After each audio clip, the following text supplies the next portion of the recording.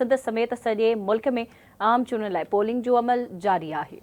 बिल्कुल नाज़रीन, पोलिंग जो अमल जारी है। सुबह जो 8 वगे खां शाम 5 वगे ताईं बिना के वक़्फ़े जे पोलिंग जारी रहंदी।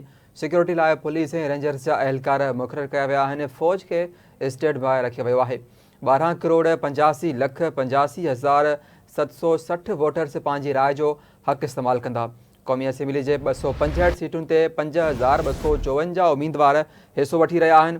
सूबाई असेंबलियुनि लाइ 590 सीटुनि ते 12853 उम्मीदवार मैदान ते लथल आहिनि। सिंध जे मुख़्तलिफ़ शहरनि में पोलिंग जो अमल जारी आहे। सिक्योरिटी जा इंतज़ाम इंतहाई सख़्त कया विया आहिनि। कराची, हैदराबाद, ॾरकी, कंदकोट, खांडवाण, कोटलिजी में पोलिंग अमल जारी आहे। मटियारी, मीरपुर माथेलो, मीरपुर ख़ासि, मिठी, नसीराबाद, नवाबशाह, ओबावड़ो में चूंड अमल जारी आहे। एक भेरो ॿीहर मांखे अहम ख़बर का आगाह करे रहिया आहियूं। सिंध समेत सॼे मुल्क में आम चूंडुनि लाइ पोलिंग जो अमल जारी आहे। सुबुह जो 8 वगे खां शाम 5 वगे ताईं बिना कंहिं वक़्फ़े जे पोलिंग जारी रहंदी। सिक्योरिटीअ लाइ पुलिस ऐं रेंजर्स जा अहलकार मुक़ररु कया विया आहिनि। फ़ौज खे स्टैंड बाय रखियो वियो आहे। 12 करोड़ 85 लख 85 हज़ार 760 वोटर्स पंहिंजे राय जो हक़ इस्तेमालु कंदा। क़ौमी असेंबली जी 265 सीटुनि ते 5254 उम्मीदवार हिस्सो वठी रहिया आहिनि। सूबाई असेंबलियुनि लाइ 590 सीटुनि ते 12853 उम्मीदवार मैदान ते लथल आहिनि। सिंध जे मुख़्तलिफ़ शहरनि में पोलिंग जो अमल जारी आहे। सिक्योरिटी जा इंतज़ाम सख़्त कया विया आहिनि। कराची, हैदराबाद, ॾहरकी, कंदकोट, खांडवाण, कोटडेजी में बि पोलिंग जारी आहे। मटियारी, मीरपुर माथेलो, मीरपुर ख़ासि, मिठी, नसीराबाद, नवाबशाह, उबावड़ो में बि चूंड अमल जारी आहे। सिजावल, सन, शहदादपुर, सखर, टंडो आदम, टंडो मोहम्मद ख़ान, ठारूशाह, उमरकोट ऐं वारह में बि पोलिंग जारी आहे। बिल्कुल नाज़रीन, ख़बर असां शेयर कंदा हलूं। सिंध समेत सॼे मुल्क में आम चूंडुनि लाइ पोलिंग जो अमल जारी आहे। सुबुह जो 8 वगे खां शाम 5 वगे ताईं बिना कंहिं वक़्फ़े जे पोलिंग जारी रहंदी। सिक्योरिटी लाइ पुलिस ऐं रेंजर्स जा अहलकार मुक़ररु कया विया आहिनि। फ़ौज खे स्टैंड बाय रखियो वियो आहे। 12 करोड़ 85 लख 85 हज़ार 760 वोटर्स पंहिंजी राय जो हक़ इस्तेमालु कंदा। क़ौमी असेंबली जे 265 सीटुनि ते 5254 उम्मीदवार हिसो वठी रहिया आहिनि। सूबाई असेंबलियुनि लाइ 590 सीटुनि ते 12853 उम्मीदवार मैदान ते लथल आहिनि।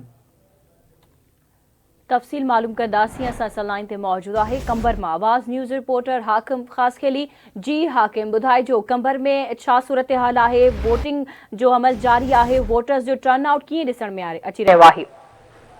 हाँ जी बिल्कुल, समूरे मुल्क जीअं कंबर शहदादकोट ज़िले में भी इलेक्शन 2024 जे सिलसिले में जेको पोलिंग स्टेशन ते वोटिंग जो जेको अमल आहे उहो जारी आहे। सुबुह सां 8 बजे खां वठी जेको आहे उहो शुरू थी चुको आहे। हिन ज़िले में जेको आहे त 2 क़ौमी ऐं 4 सूबाई तक आहिनि। हिन ज़िले जी टोटल जेकी आबादी आहे उहा 15,14,869 आहे। हिन ज़िले में जेको आहे त 598 पोलिंग स्टेशनियूं क़ाइमु कयूं वयूं आहिनि, जिन मां 142 जेके आहिनि उहे इंतिहाई हसास ऐं 170 जेके आहिनि उहे हसास ॾिनल आहिनि।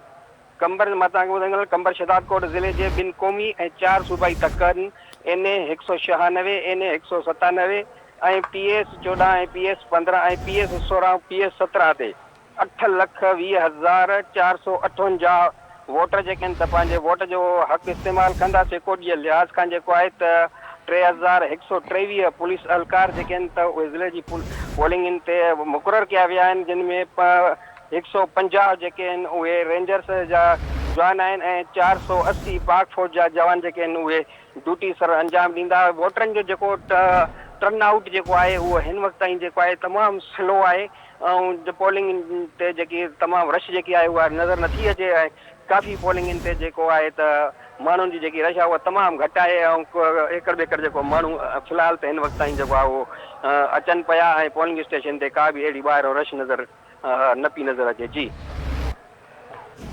वॾी महिरबानी हाकिम ख़ासखेली तफ़सील ॾियण जे लाइ। मटियारी, मीरपुर माथेलो, मीरपुर ख़ासि, मिठी, नसीराबाद, नवाबशाह, उबावड़ो में बि चूंड अमल जारी आहे।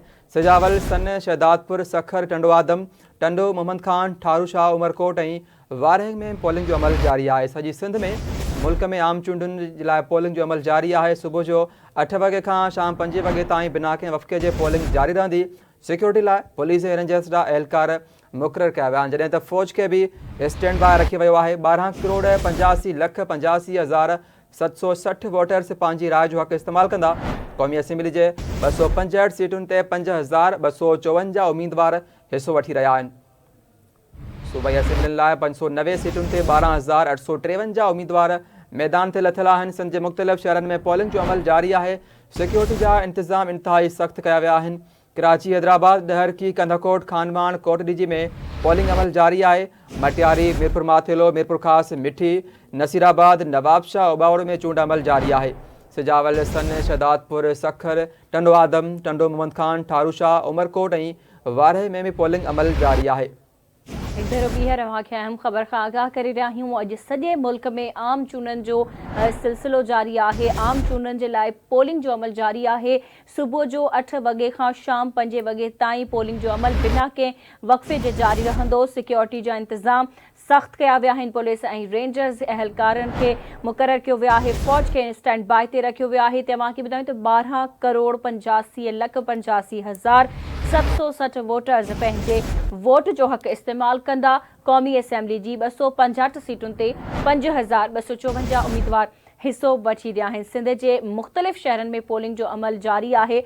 सिक्योरिटी जा इंतज़ाम सख़्त कया विया आहिनि। कराची, हैदराबाद, डहरकी, कंधकोट, खानवान, कोटडेजी में भी पोलिंग जो अमल जारी आहे। मीरपुर माथिले, मटियारी, मीरपुर ख़ास, मिठी, नसीराबाद, नवाबशाह, उबावड़ो में भी चूंड अमल जारी आहे। सिजावल, सन, शहदादपुर, सखर, टंडो आदम, टंडो मोहम्मद खान, ठारूशाह, उमरकोट ऐं वारहे में भी पोलिंग जो अमल जारी आहे।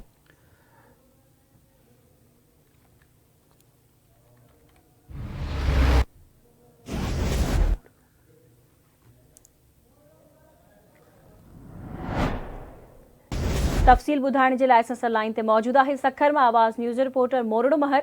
जी मोरड़ो, छा तफ़सील आहिनि, आगाह कजो।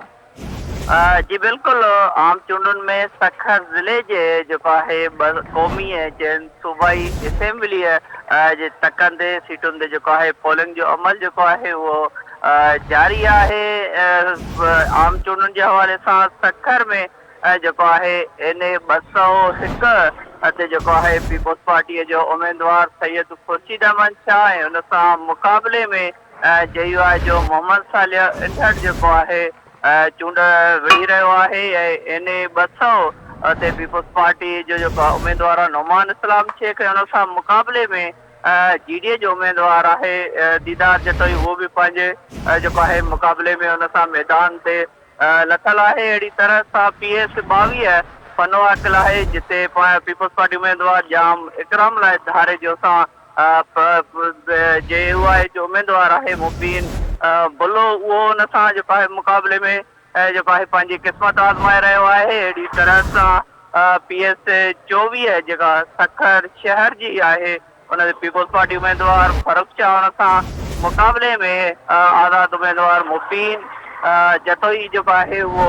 इलेक्शन विढ़ी रहियो आहे। ऐं PS-23 थालियापट जो तर्फ़ आहे जिते पीपल्स पार्टी जे उम्मीदवार आवेश कादर शाह सां मुक़ाबले में GDA उम्मीदवार आहे इनायत बोड़ो, उहो इलेक्शन विढ़ी रहियो आहे। ऐं PS-25 जिते सैयद नासिर हुसैन शाह पीपल्स पार्टीअ जो उम्मीदवार आहे उन सां मुक़ाबले में जेको आहे उम्मीदवार पंहिंजो JUI जो अमीर बख्श जेको आहे महर उहो चूंड विढ़ी रहियो आहे। हिन महिल त जेके तक आहिनि ॿ क़ौमीअ जा ऐं 4 सूबाई तक उन ते जेको आहे चूंड जो।